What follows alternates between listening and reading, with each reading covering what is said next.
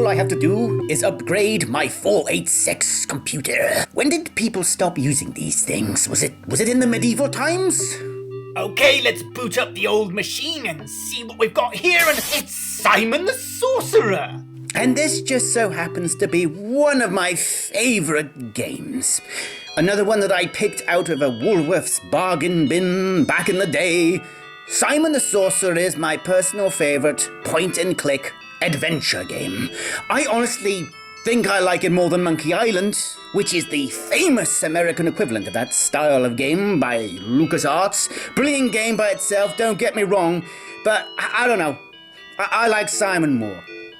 And I'm going to get into the reasons why right now. Simon the Sorcerer was the brainchild of AdventureSoft, a software producing company in the United Kingdom who brought us the wonders of games like The Feeble Files, Simon Pinball, Simon 3D, marvelous stuff and well remembered by all. No sarcasm included there, not at all. Well, maybe just a little bit. But their first game, Simon the Sorcerer, was utterly splendid, and I loved it. A marvelous affair indeed. There we go, end the video. No, not just yet. This is my story of playing the game. So, I had just gotten my hands on a PC. Upgrading, finally, from my old Amiga 1200. I put that thing to rest, and I was very excited to get my hands on this title, Simon the Sorcerer. Oh, I love the cover art. I love fantasy in general, goblins and all that stuff. And the cover, it brought all that stuff to life for me. In Simon, you are on a quest to learn the magical arts, to aid you in your quest to defeat the evil wizard's sordid. Exciting stuff indeed. I just couldn't wait to get this game in my new computer and get it going. Simon the Sorcerer is a point-and-click adventure game. Point-and-click adventure games were super popular back in the early 90s. There were lots of them going about, but Simon in particular stood out for me. The comedy inside the game is so dry, so British. Honestly, as soon as this game was on my screen, I was like to myself, I love this.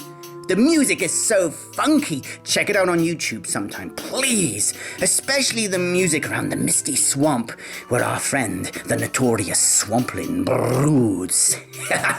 Play the game and you'll understand, trust me. It's a lovely looking game as well. So the SVGA graphics are old, well, that is an understatement. Ancient, in fact, in terms of video game development in the last 30 years, but take a look at them now. Just have a look at those graphics that you can see on the screen in the video. They are still so charming.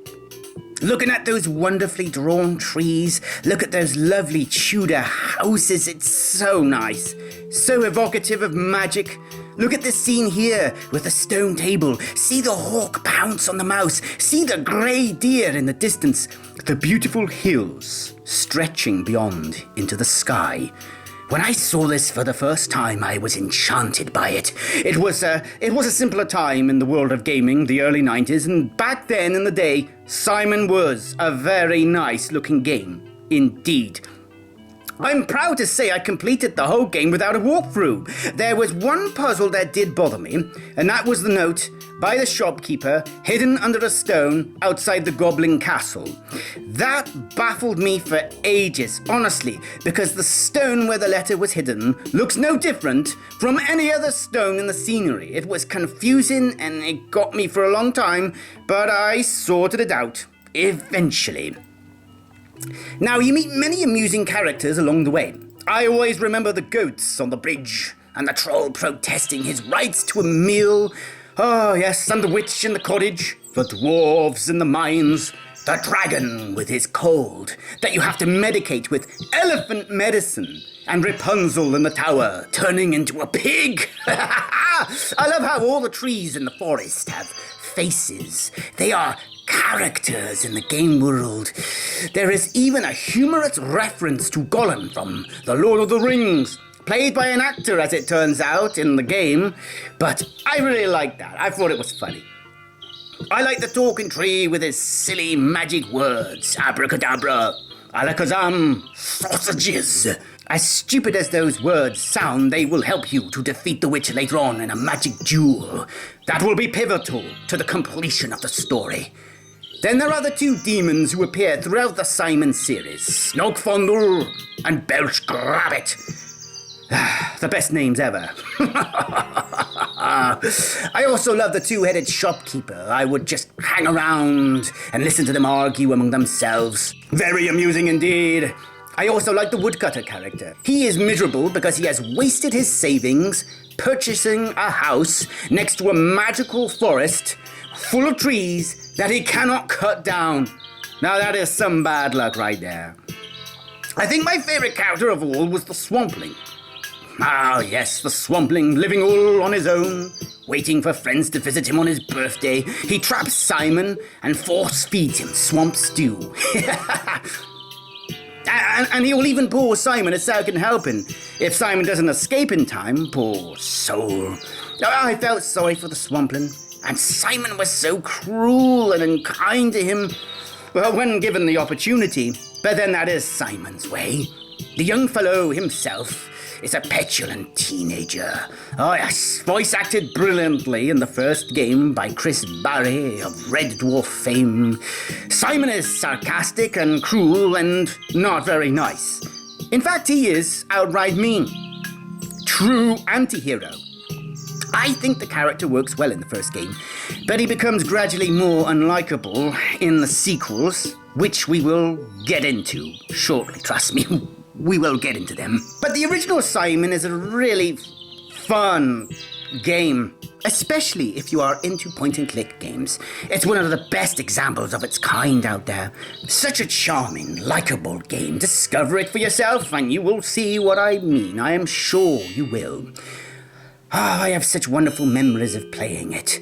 The world of Simon the Sorcerer is one that I would love to visit. I truly would.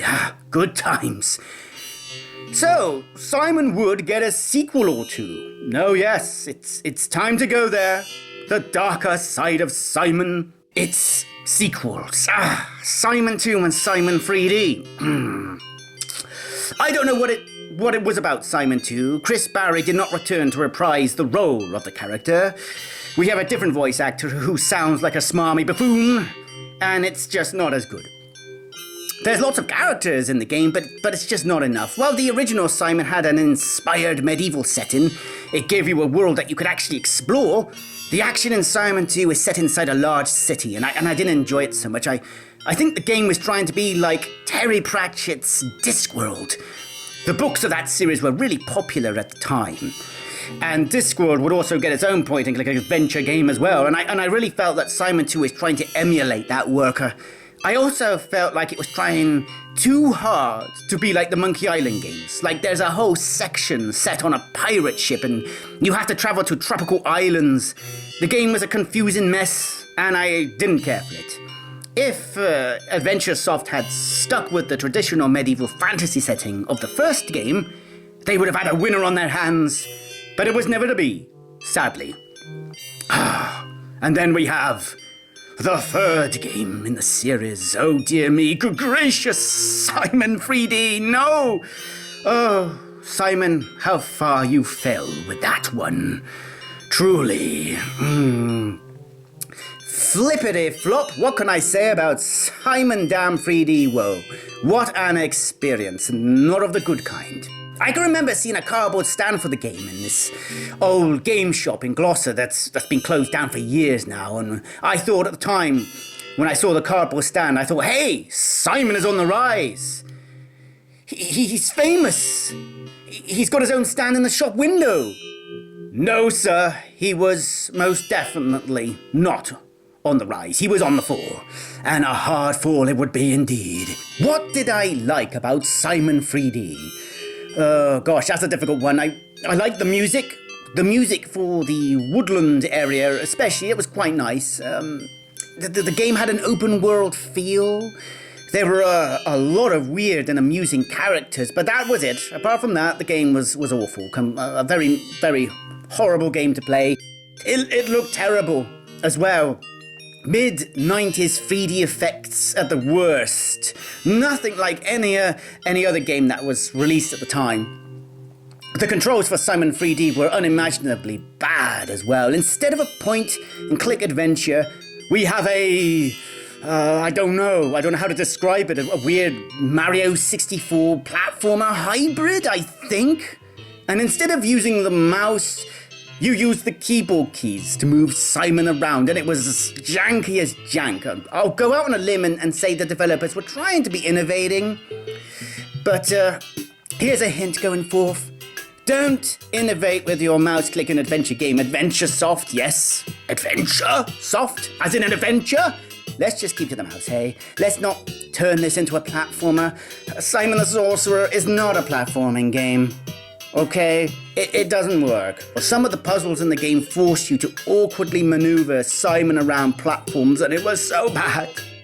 Oh, I tried to enjoy Simon 3D. I got quite far in the game, but never completed it. The puzzles were just too bizarre. So yes, I felt I did my best with the third iteration of Simon, but there could be no denying that the whole darn thing was a thoroughly miserable experience. Alas for us Simon fans. In a nutshell, the sequels are dire. A sad end to Adventure Soft's classic game. They just couldn't emulate the magic of the original game, and the company would eventually disappear into oblivion. The Simon franchise would fall into the hands of a German company who created some strange spin-off game, which I did play, and that is all I can say. I played it, and yes, it was unfunny nonsense. In fact, I didn't finish it. That's how much it held my attention. I hear a prequel is in the works as of making this video. It's going to be called Simon Origins, but I'm not excited about it. I think the series needs to end. It's had its day.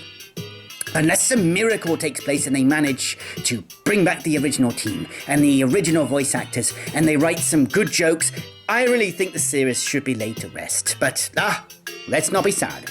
I'm not going to end the video like that. Let's pick ourselves back up and remember the first game and how wonderful it really was. The humor, the charming graphics, the hilarious characters, the wonderful music. As I said, definitely my favorite point-and-click adventure game. And maybe even my favorite fantasy game. And you know, I wouldn't want a remake. I'm happy with the game exactly as it is. And that is a good thing. You can't change sheer brilliance. Thank you for watching this video. Good luck out there.